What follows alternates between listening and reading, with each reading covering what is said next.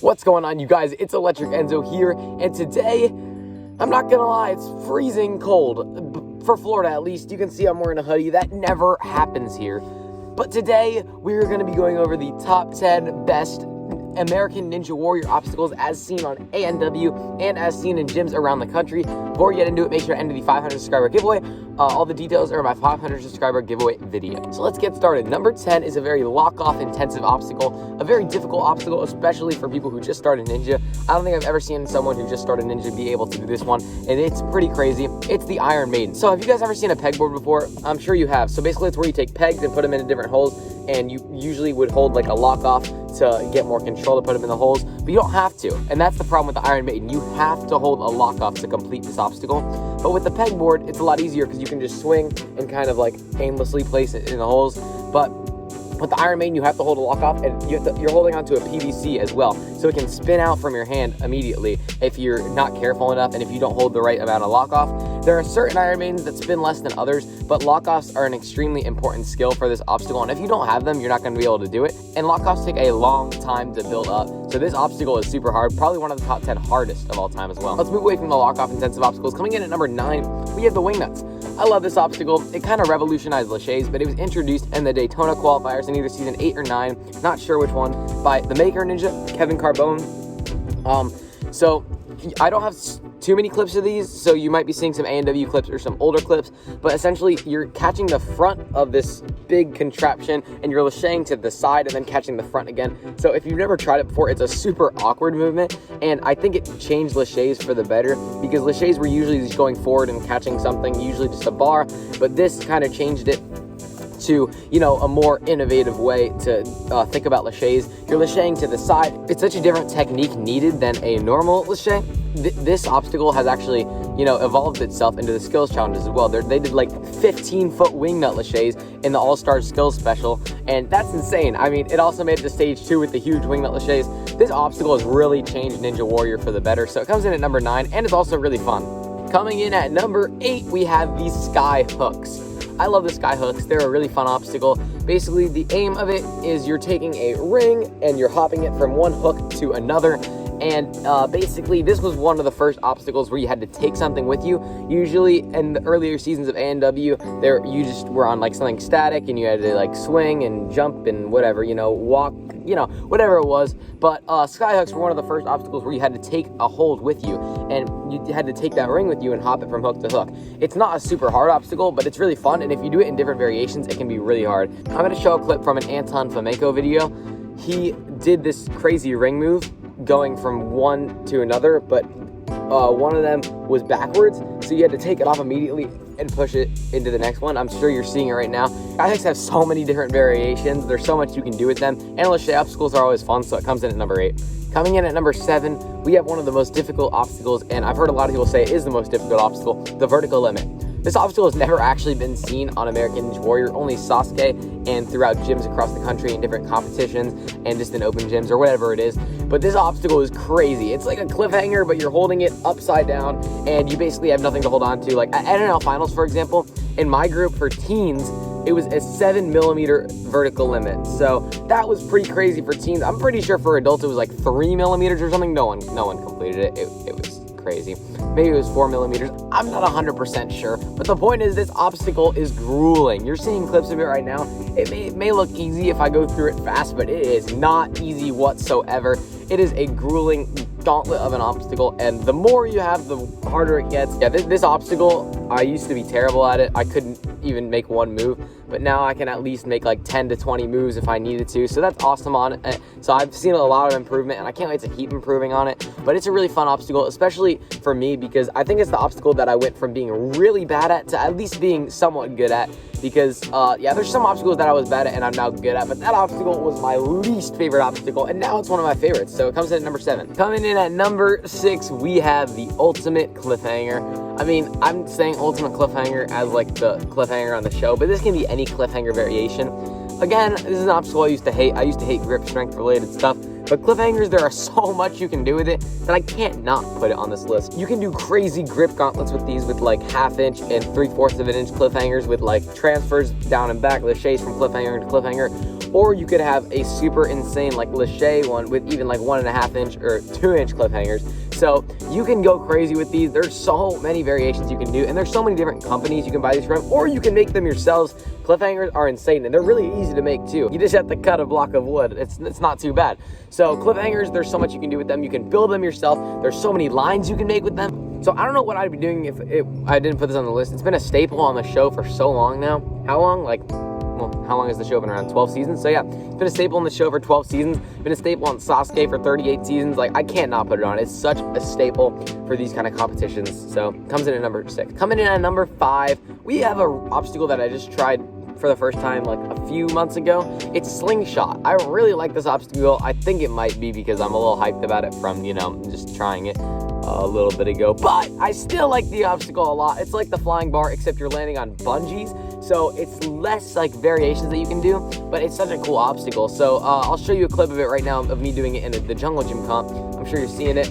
It's really cool because instead of just landing on a normal flying bar cradle, when you land on it, it bends down on you, and it's less painful on the shoulders because there's more give in the bungees than just, a normal cradle. So that's a lot of fun too. You gotta be super precise with it, but it's still a lot of fun. The one on the show is a little bit, has a little bit more cradles, and they're a little closer together, so it's a little different there. So I haven't tried one like that, but I really enjoy the one at Jungle Gym. That's the only one I've tried, so that's the only clip you're seeing. Maybe I'll show you a clip from A&W, but I really like this obstacle because it really gives you the sensation that you're flying through the air, so it's a lot of fun. And linking Slingshot is the best. I don't think I have a video of it, but linking it is literally amazing. I love it so much because if you land on the next one, then the bungees shoot you up to the next one, and then it just feels like you're flying like crazy in the air. It's insane. It's a lot of fun. Coming in at number 4, we have, I'm pretty sure I'm just putting this here because it's really new at the gym, but whatever. I'm gonna put it here. It's those spinning wheels from that Jungle Gym vlog I did a few days ago. So these spinning wheels are really cool. The videos I'm showing you right now, that's not really how you're supposed to do them. As you can see, there's 2 lanes, so you're just supposed to go in 1 lane. So they're not hard like that, but there's so many different challenges you can do with them. Like, you can go offset into the other lane and then spin back around into the next lane. You can lachey from the end to the very end of the other, and the swing that you get on it is unlike any other hold. Even like a flywheel, you don't get as much swing as you do on that spinning wheel because it's a sideways swing and you're just going around. You can even do giants on it and go all the way around it. It's crazy. I love this obstacle so much. I'm sure it'll go down on my list a little bit more as it's at the gym for a longer time, but right now with all the hype around it, I love this obstacle so much, so it has to come in at number 4 for me. I love it. Coming in at number 3, we have the snapback. Okay, this obstacle, when I first tried it, I would never think that it'd ever be on any list ever because I hated it. But now I actually really like it. It's a ton of fun. Reverse grabs are so much fun, and when it drops down on you, it's insane. You're seeing a video right now of me linking part of the snapback. I actually linked the whole snapback when it was in its normal form, but I never got a video of that. So you're seeing it in a different form right now. But the snapback was basically on the show in season 11. It was 2 bars, but the one at the home gym that I train at actually has 2 cliffhangers, so that makes it a little harder. And you can't see the cliffhanger at all because it's a board instead of plexiglass, so that makes it even harder as well. And it drops more, and it's just crazy. So basically how the obstacle works is you're holding onto a cliffhanger. It's like this, and then you lachey to the next cliffhanger, but it drops down, so you have to place your hands like way lower than you'd think. But if you place them too low, you're just gonna whiff it completely. So it's super precise. And then when you go to the next one, there's 2 cradles for it, I guess. There's 2 contraptions. You have to lachey to the next one, and when you catch it, it drops down on you, and then you have to lachey to the one on the other side of that one, and right when you let go, it drops down on you, so you have to catch it at the certain spot. So there's so much precision required for this obstacle that it makes it so hard, but it's actually a ton of fun once you start learning the techniques of it, and you can do it backwards, which is so much fun too. All right, you guys, the top 2. This might surprise some of my longtime viewers, but coming in at number 2, we have the flying bar. All right, before you go off on me in the comments, I know the flying bar, I told you guys it was my favorite Ninja Warrior obstacle in this video, but it's changed a bit now. I mean, the flying bar is awesome, and I talked about why I love it so much in that video already, but, things change. So Number 2, the flying bar. I love the flying bar so much because you got to be so precise with it. If you miss one side barely, you're done. I recently put up a flying bar in my backyard about 8 months ago for my birthday. Caleb Bergstrom and Jason Bergstrom built it for me for a birthday present. That was super awesome of them. I really appreciated that present. And now after that, it kind of became one of my favorite obstacles because other flying bars that I tried, I always struggle with them. But then when I had one at my house to be able to train it every day that I wanted to, I got a lot better at it, a lot more precise. And I even invented my own flying bar move that I'll show you right now.